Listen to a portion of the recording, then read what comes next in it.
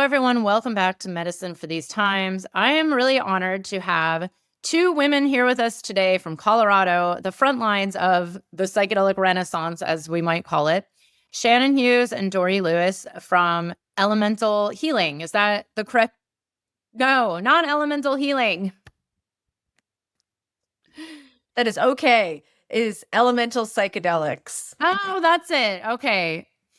Yes. And then Reflective Healing is the micro healing center that we are connected to and that I founded. Yeah. Oh, what? They might wait. Who's Elemental Healing then? Okay. So Elemental Healing. my brain fog is connecting the two and weaving them together. That's fine. They're very related. They are sister companies. So, it's actually technically not wrong. Yeah.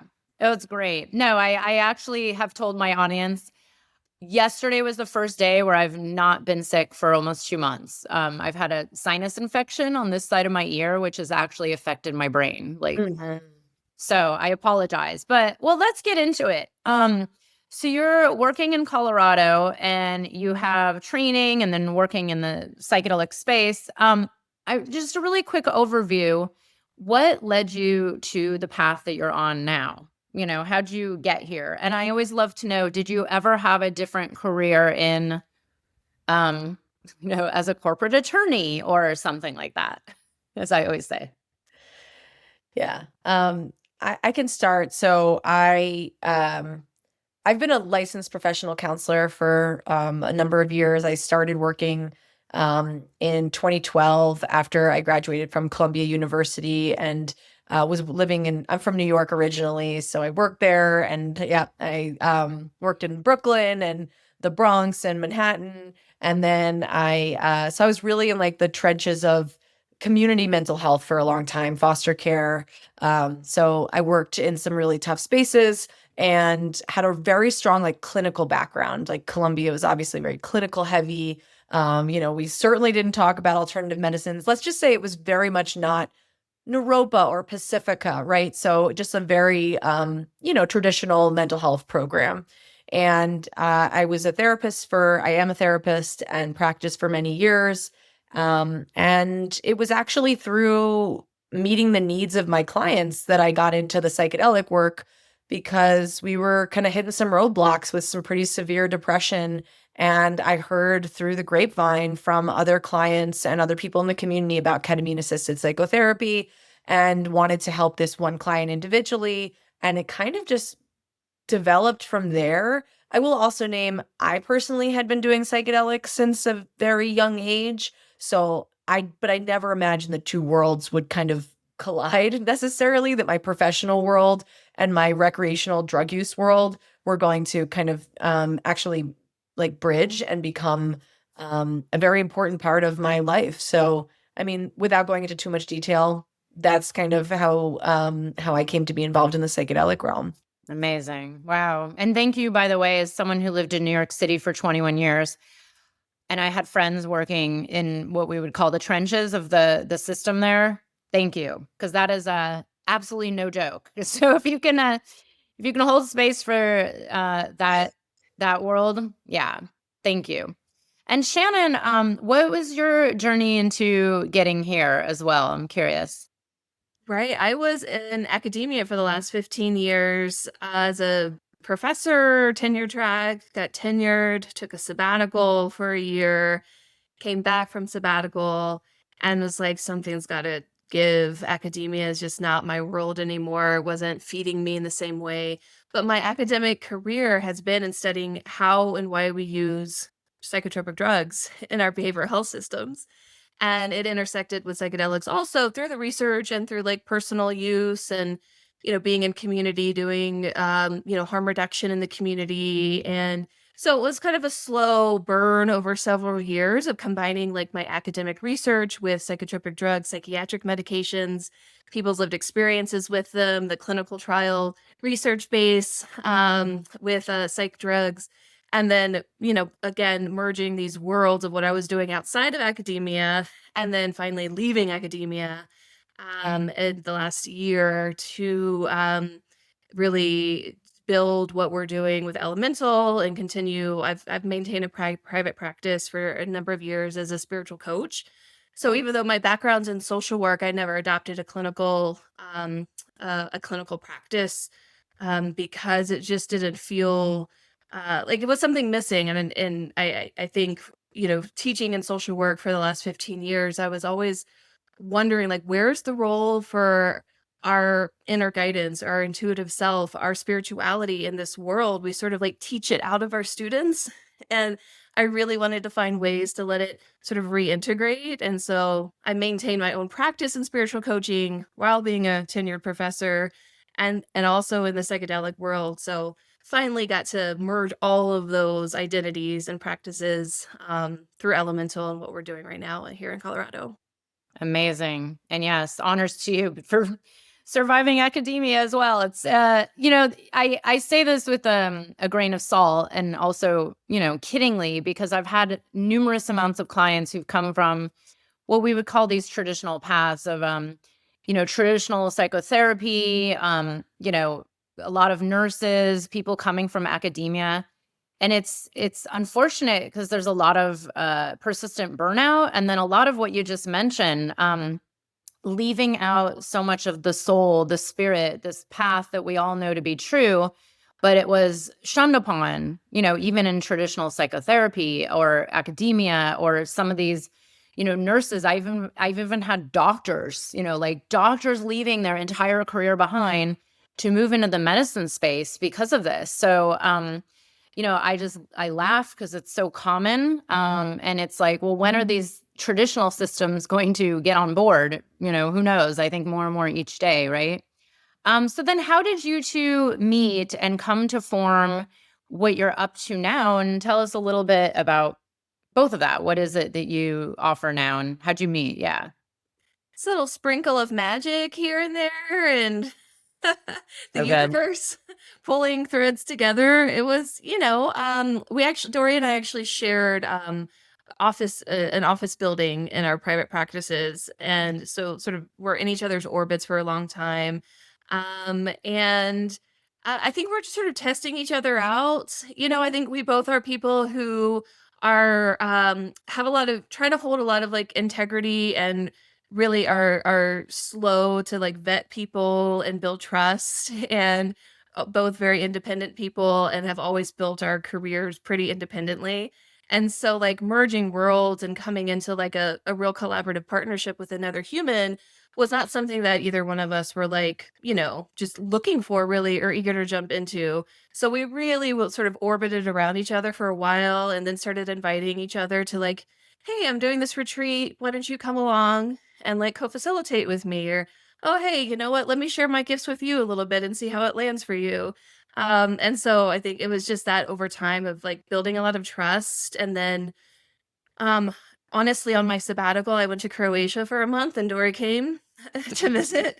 And something around that period of time, just sort of everything cohered. And there was this just vision, this really powerful shared vision that emerged that we both came back home from that trip from Croatia. And I was like, okay, I'm leaving academia. And here we are. We birthed this idea of Elemental as like a women-run program, and with really honoring our gifts that we had been sharing with each other and wanting to bring that space, sort of expand that space out of ourselves. Like we want to honor each person's gifts that they're bringing into this space and really come from a place of abundance. Like you're enough and your gifts are enough, and here there's enough for everybody, and we can really like be in community and witness each other and like everybody sort of lift each other up. And we've been doing that in our relationship and said and sort of birthed that into this vision for Elemental. Dori, Love would you it. add anything? Love it. No, I think that was perfectly said. I think we both, it's really true. We took a lot of time.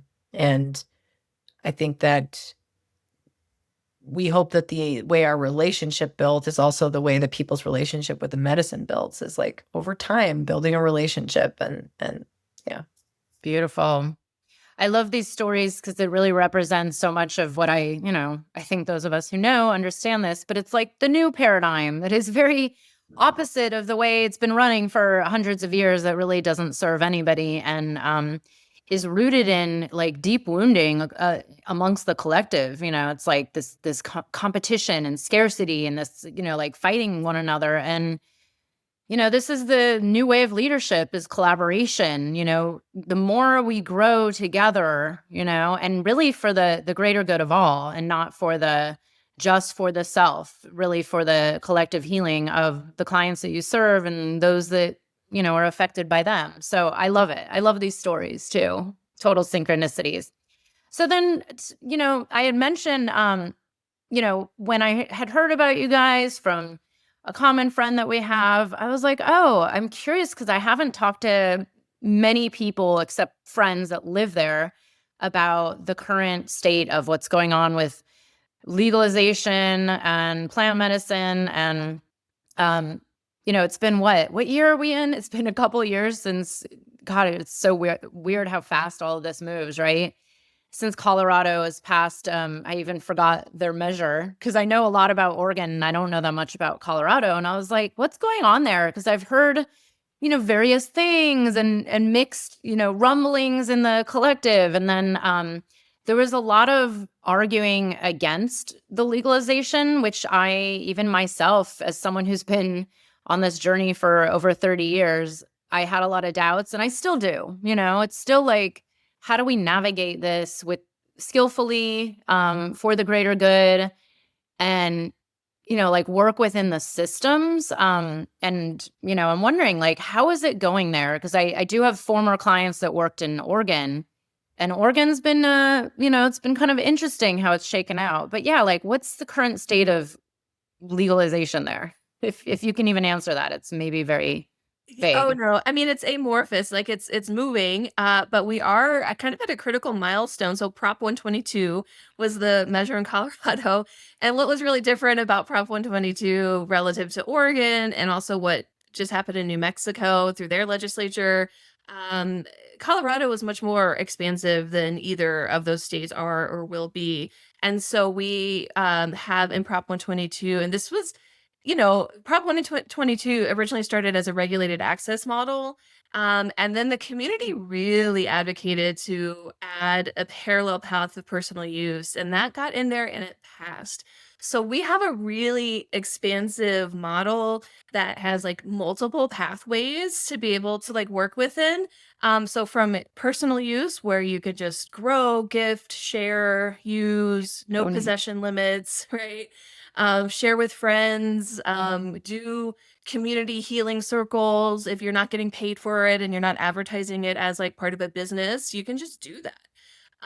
And then you also have the regulated access model where you have clinical and non-clinical paths. So if you are an LPC like Dori, or a clinical social worker or a nurse practitioner, any sort of clinical license, you can also add a mushroom facilitator license to your scope of practice, under your professional, license with the state. So, but you don't have to. So it's also open to anybody from any background. So we have yoga instructors and, energy healers and real estate agents who want to change in career, or restaurant workers. It's really wide open, and it's actually the same training program for everybody. It's just that we're very careful to like make sure folks are staying within their scope of practice. That's what we really, really highlight. And that's true for clinical professionals also, or if you're an addictions counselor or you're a palliative care doctor, we're really wanting people, yes, you can add that mushroom facilitator license to your work, but still also we're making sure that folks are staying within their scope of practice. And then, we're rolling out, the first healing centers have received licenses.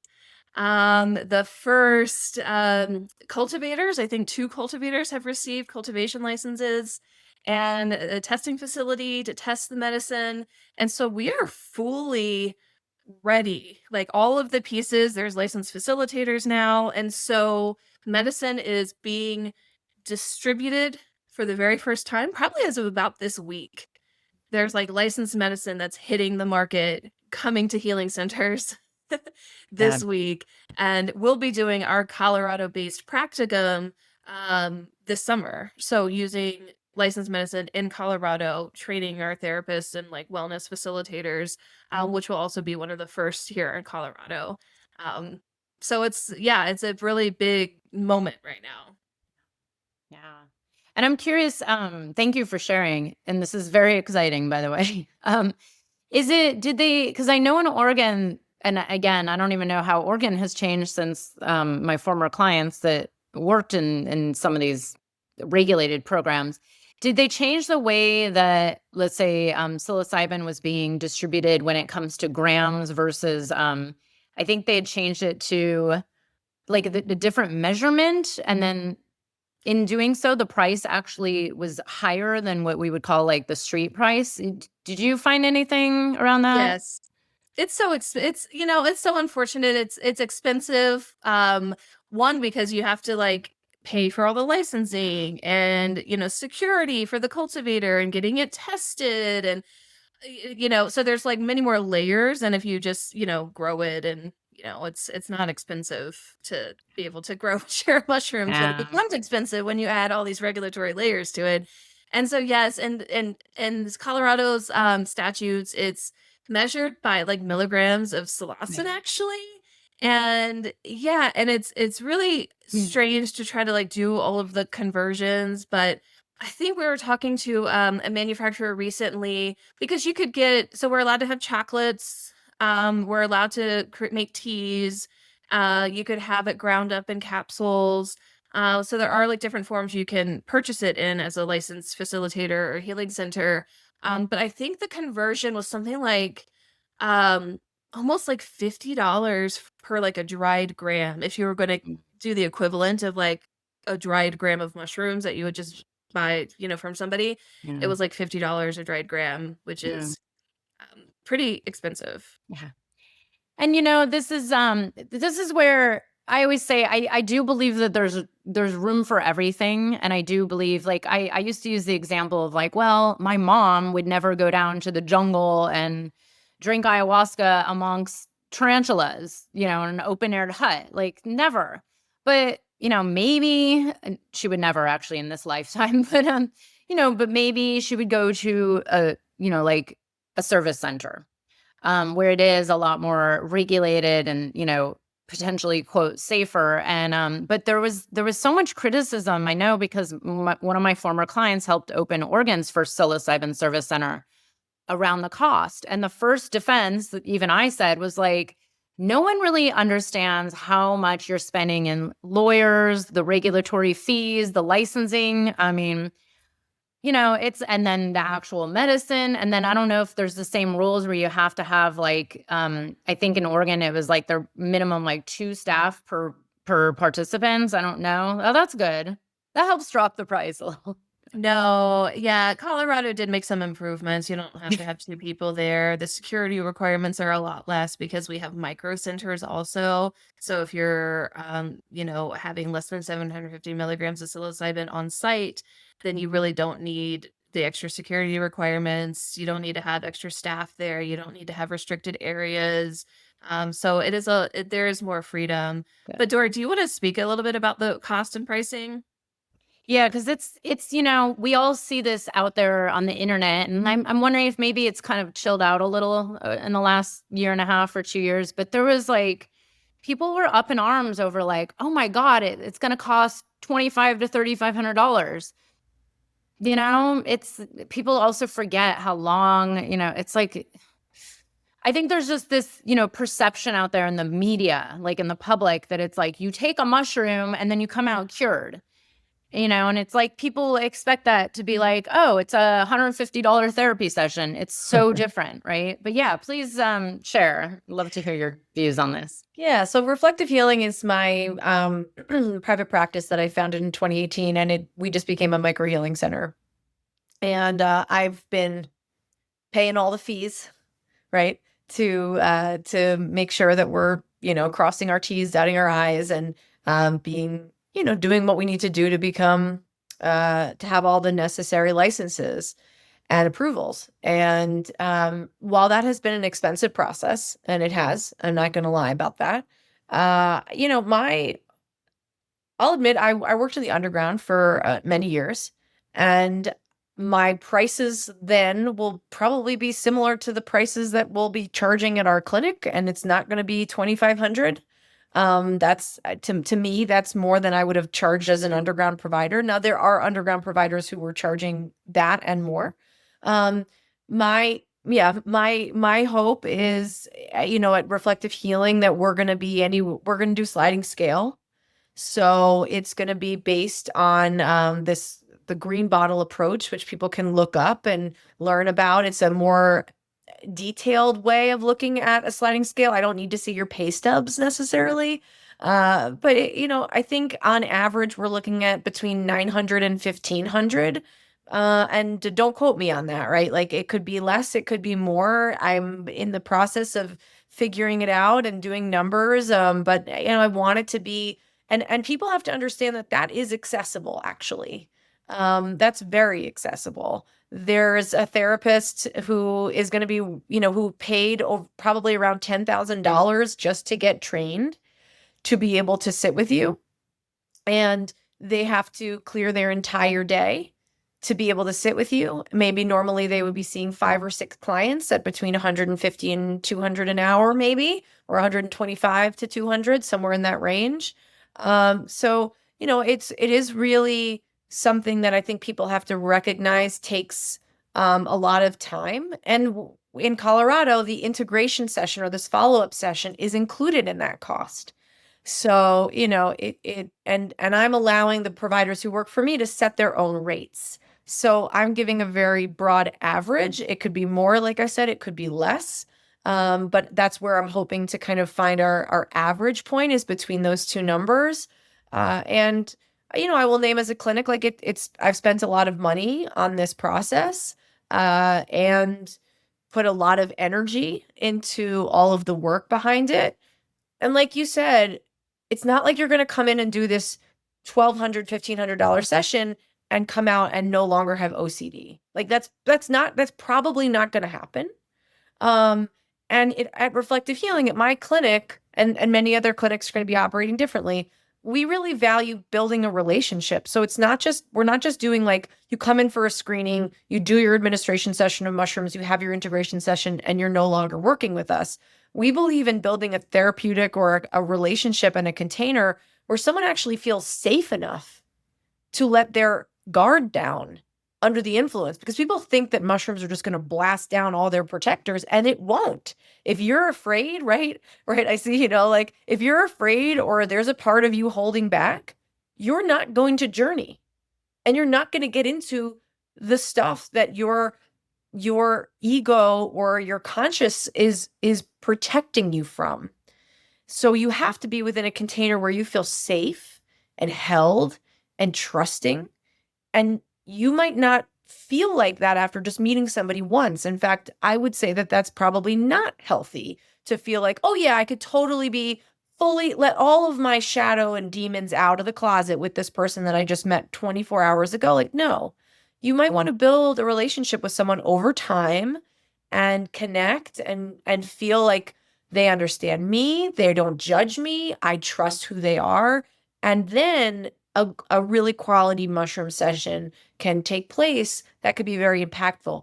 That could be 6 months after doing prep with somebody, and yeah, for some people it could be a few weeks, but for many people it's probably going to be a fair amount of time building this connection at my clinic, right? And with the folks that I'm working with, because we're mental health providers at Reflective Healing. So we're going to be mostly dealing with folks that have mental health needs. I get a lot of folks, I have trauma, I have OCD, I am dealing with a large grief. Those things are going to take some relationship building for us to be able to help somebody with.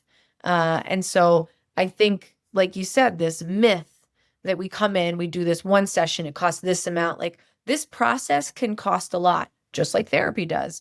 But I will say that you could probably do what you would do in 5 to 10 years of therapy in like 2 years. And that's saving a lot of money overall, right? That's proactive mental health care, or, more like you could be in talk therapy for like a decade and get to what you could within maybe 2 years of doing like good psychedelic talk therapy with other modalities woven in there. And that, I think, is more the realistic expectation that people can have, is that it could be maybe a few years if you're really dealing with deep mental health stuff, but it might not be a decade. Although I'm like, how long have I been working with medicines? Right, me too. I mean, because it's funny because there is, and I think the media has hopefully calmed it down a little bit, but there was kind of this frenzy about 5 years ago where it was like, oh, take this and it'll heal everything and it'll make you feel better. And it's like, well, we have to get to the root cause of what's causing the anxiety or the depression. It's not another mask. It's not going to just make you feel better and that's that. It's actually the opposite, right? It's going to bring up more to the surface. And it Exactly. does. I mean, I've always wondered that as well. It's like to go in really deep into any kind of medicine journey, it doesn't really matter what it is. It's like you really have to be comfortable and safe. And I don't know. I don't know if I would feel good just going right in with someone I just met. And so this is something I've helped my clients with too, is building a model that's actually serves the client a lot more. That's not just about the psychedelic journey. It's about the whole entire container of the healing. Like, what is the intention behind it? What are you preparing for when you go in? And then, integration, as I always say, is more than just one session. It's day-to-day life, right? It's like we are all integrating all the time, and look at the world we live in. It's just constant, it's like it's a gigantic psychedelic journey. We need to be doing the integration work.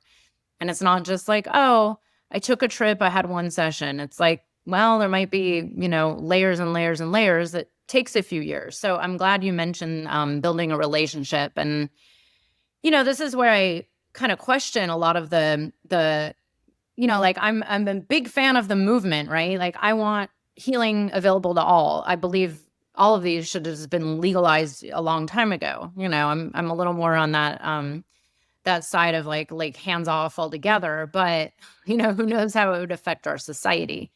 But when it's like, when we look around in the world that we live in and what people are struggling with, it's like people need help. And I'm wondering, being in Colorado, and now that, there is a little more movement. And by the way, I do also want to name, you mentioned it is actually less expensive, and especially also coming from my perspective, being like working in this industry as like very front lines business coach. There's retreats that people go on. There's centers in Jamaica, Netherlands, wherever. I mean, they're usually starting at least at 5,000. I mean, most of them even more. I mean, I probably like you guys, I've heard 10,000, 15, 40. There's even someone out there, and I know the name, $40,000. For one session? For one session? Yeah, with like with a cocktail of medicines, which it's a whole other discussion. Yeah. Yeah, it's someone who bills themselves as like serving a certain demographic of, celebrities and such. So, and there's a couple other people like that out there that bill themselves as like, well, I'm the facilitator for the celebrities, so it's $40,000 instead of, $2,000.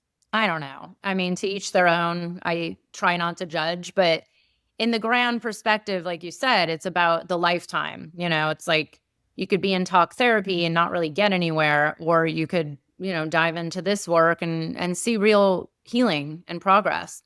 But I'm curious, in Colorado, are you finding that, is it mostly locals coming, or are people like now coming there from out of state? Like it's becoming a destination for this kind of work, yeah?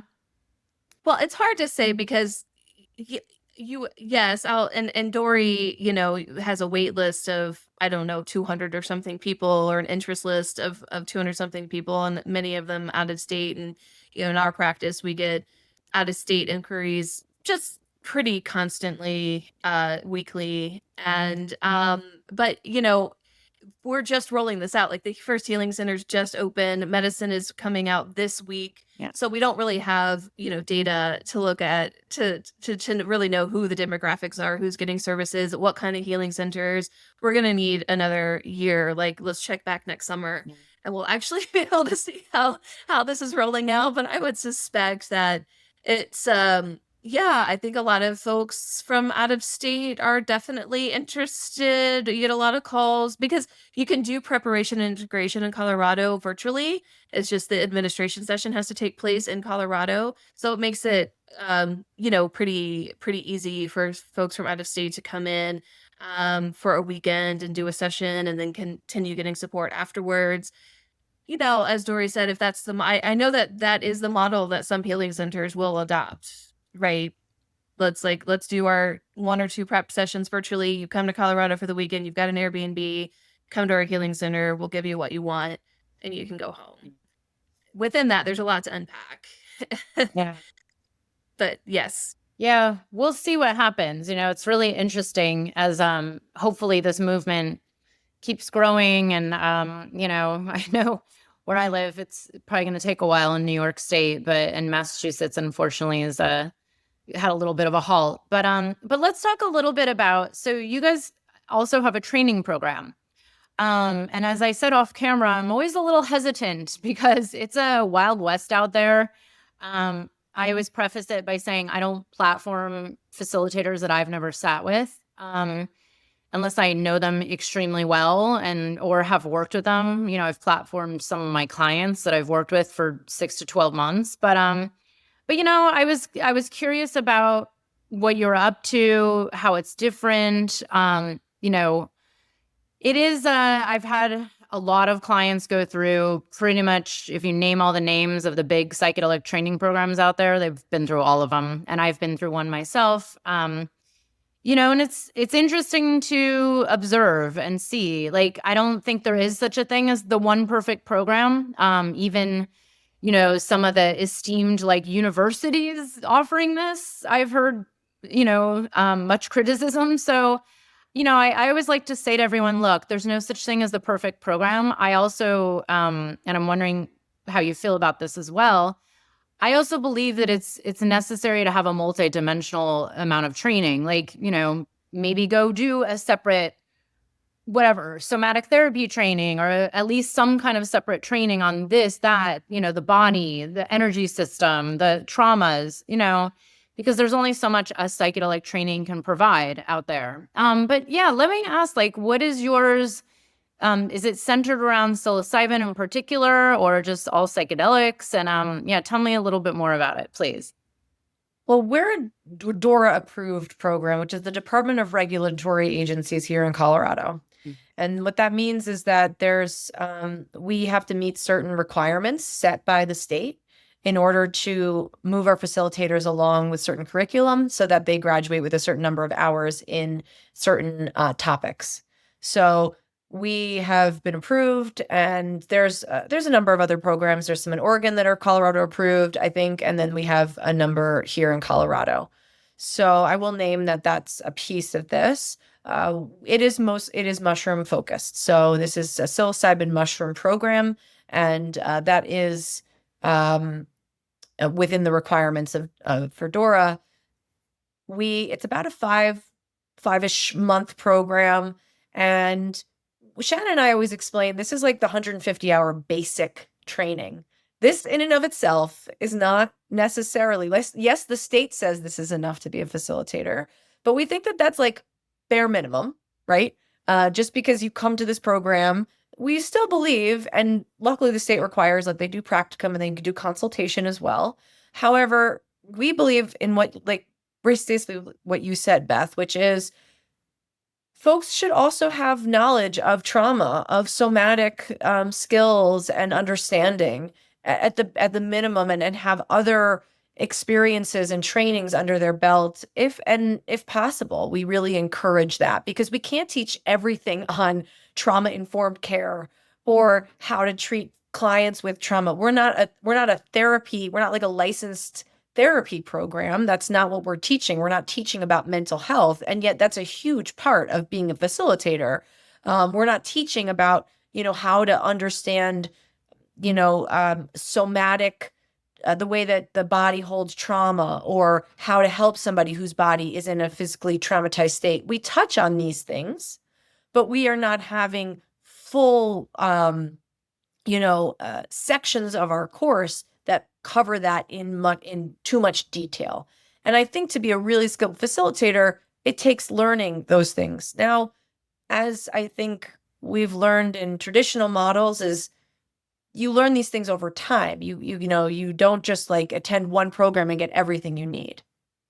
That being said, Elemental Psychedelics does try to incorporate a lot of in-person experiences where we get folks to be in their bodies in shared space with other people and doing somatic practices and bringing in learning about attunement and attachment. And we really believe that doing that in shared physical space is one of the best ways to learn those things. I think it's really hard to learn about embodiment as a floating head on a Zoom screen. I think that's kind of, I don't see how those things can really match. So we definitely have a lot of in-person opportunities. We are small. We don't have like a 150-person cohort. Our cohorts are pretty small, between 25 and 30 people, and that's really where we're at right now. And we try to have we have a nice faculty. We have a lot of guest speakers that come in and teach new like special topics. So we try to give our students access to different types of knowledge bases and people who are skilled in their areas of expertise. So we're not the only ones teaching. We have a lot of other folks coming in to teach on things, like we had someone yesterday coming in talking about chronic pain. We had someone come and speak about grief. We have psychopharmacology with a psychiatrist. We have someone coming in to talk about trauma. So we have different folks that are joining and offering their voices so that our students get a diversity of knowledge and information from different sources, not just from us. Shannon, do you want to speak to this more?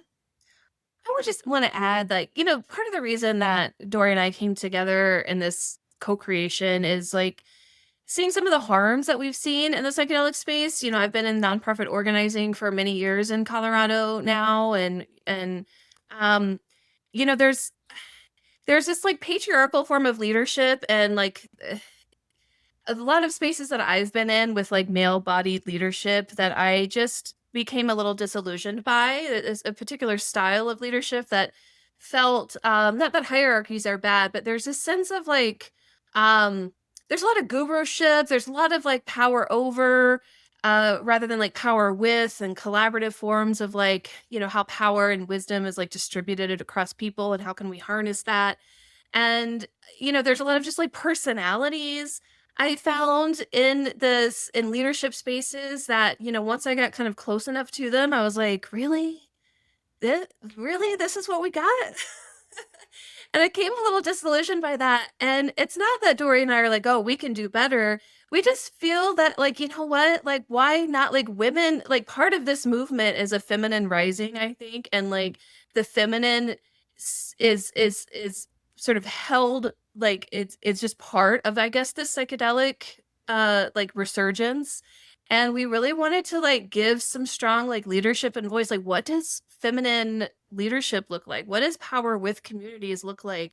What does it look like to be in a mode of like receptivity when we're creating something, and like bringing our hands to something in the world from a place of like deep listening and like embodiment, and being in community and like sharing this wisdom, that like sort of harnessing it like in our community and being embodied. Like, so we were just like feeling all these things that it's certainly in Colorado I can speak to. I just felt it was lacking. I feel like there's a lot of like male leadership that I just felt was incomplete. Just, it wasn't hitting a note that we felt like wanted, is just calling to be hit. And we're doing what we can do to bring our hands to it, because we both have a strong sense of like, yeah, we can be big, we can show up, we can bring our hands to this from a place of like listening and receptivity, and let's see what we can create. Let's see what we can co-create with our community here in Colorado, and what we can give voice to. And that just feels like an important part of this initiative. Yeah. Yeah.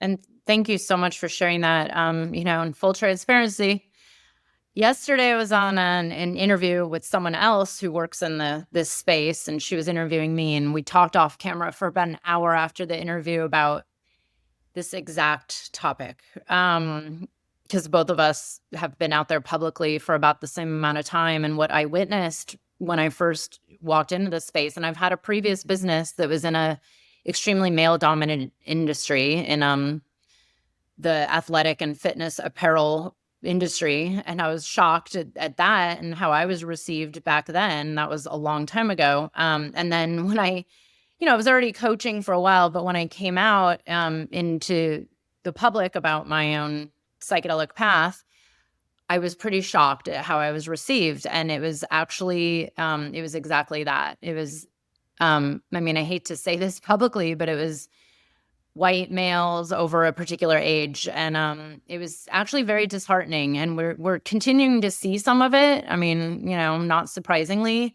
this is the larger collective wound that's happening, and I think so many of us see a better way. And not to say, even the word better, like you said, it's like, well, maybe it's not better, but it's like, well, let's try it this other way that hasn't really been tried for a long time. And I personally did my training that was led by a woman, and it felt very collaborative and yet still learning from someone extremely experienced. And it was really nice. It was very like nourishing. And I actually had some of my own biggest personal growth just in that training program, which is kind of shocking. I always laugh. I'm like, wow, we were practicing on each other with a very low dose, like a microdose. And I had one of the biggest breakthroughs in my life. And I'm like, wow, what does that say, but holding that energy, like you mentioned. And I think, I have had clients go through some of these programs, and unfortunately, I have had a client, even just a year ago,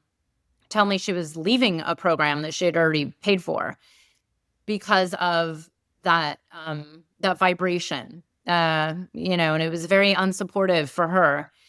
And it's tough because, I think we have seen this a lot, and it is time to be a little more outspoken about it, or a lot more outspoken, and not even just speaking out, but like holding that energy, like you said, doing it a different way and standing for something else. I mean, I think we are seeing a lot of criticism. I mean, it's not new, but every few months there's some new drama that surfaces, and there's something new just the other week that surfaced. There was a lot of discussion around and it wasn't just men or male, but it was like, like people throw in the word narcissism, ego, even the word narcissist. I'm like, well, everybody's a narcissist now, right? But just like how many people are, not even really watching their own integrity, and or not even seeing, the projections they may have, or how what they say lands for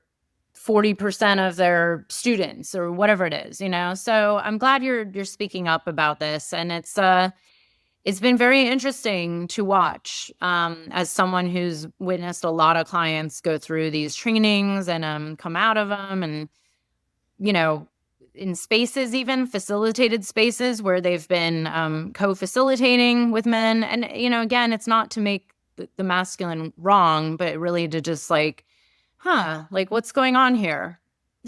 I think we know on a deeper level what's going on, but it's been hard. So I'm glad you're talking about this. Thank you. Yeah. Thank you. Yeah. Yeah.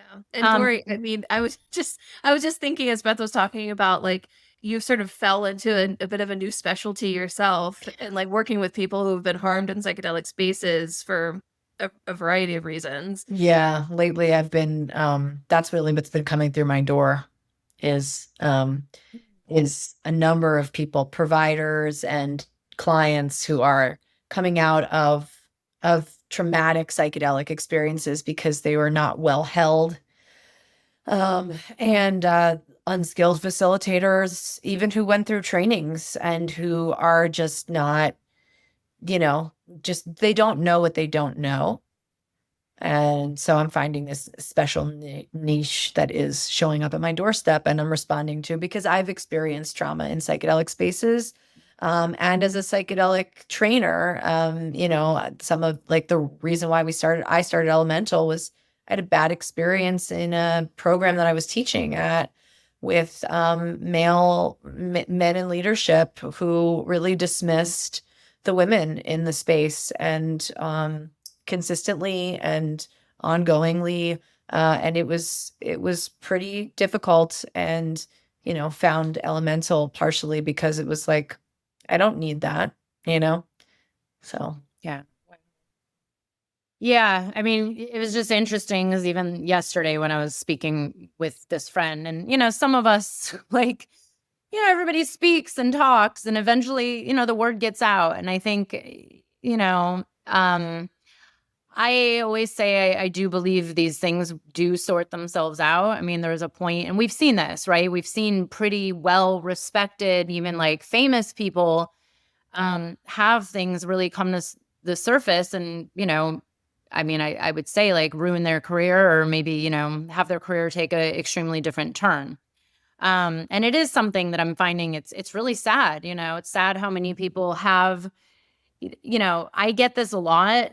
Random people off the internet will tell me their story about something that harmed them or traumatized them, and I'm like, well, here's some resources.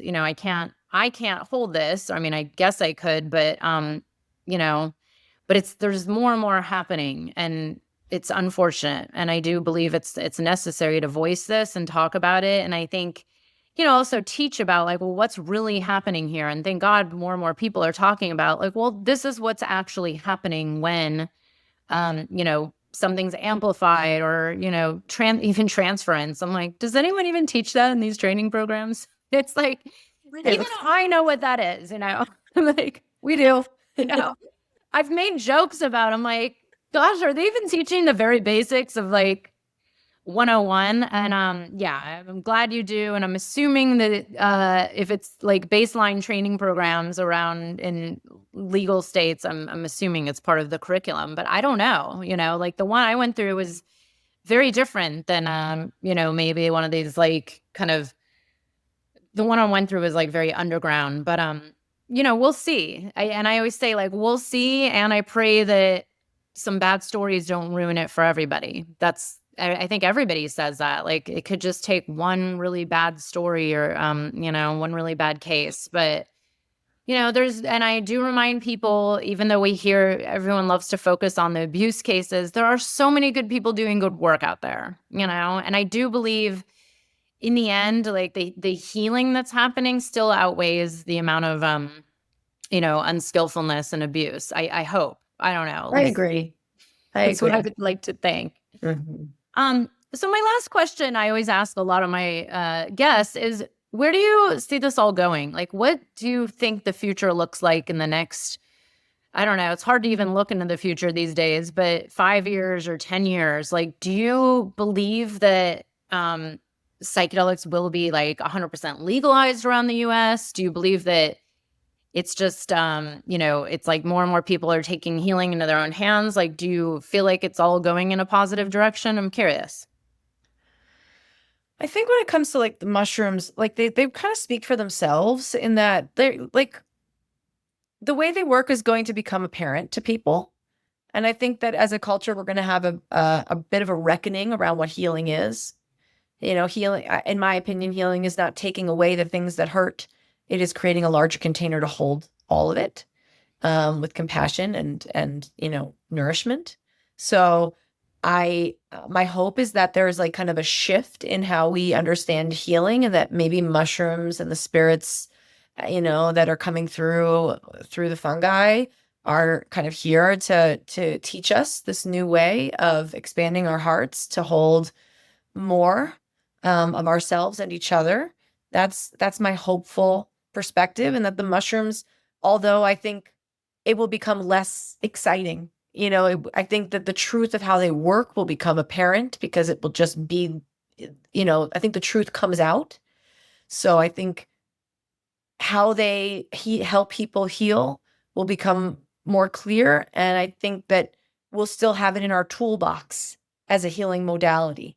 Right? Like if you're a somatic practitioner and you've got mushrooms and you've got other somatic skills in your toolbox, it'll be one of the things that you'll use when it's appropriate with the client that's ready for it, rather than it being the thing that people are coming to seek.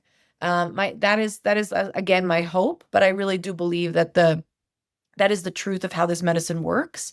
Similar with like a therapist, it'll just be like, oh, I do EMDR, I do IFS, and I also have mushroom therapy in my toolbox. And there's a time when we're going to use this and we'll integrate it. And I think it'll help people heal when they're ready in relationships that are supportive and safe. And that is my hope and the way that I really see this going. In terms of, larger legalization, I imagine that it'll spread to other places. I think as more research comes up and there's more, I think that will really help us see how much bigger it's going to grow.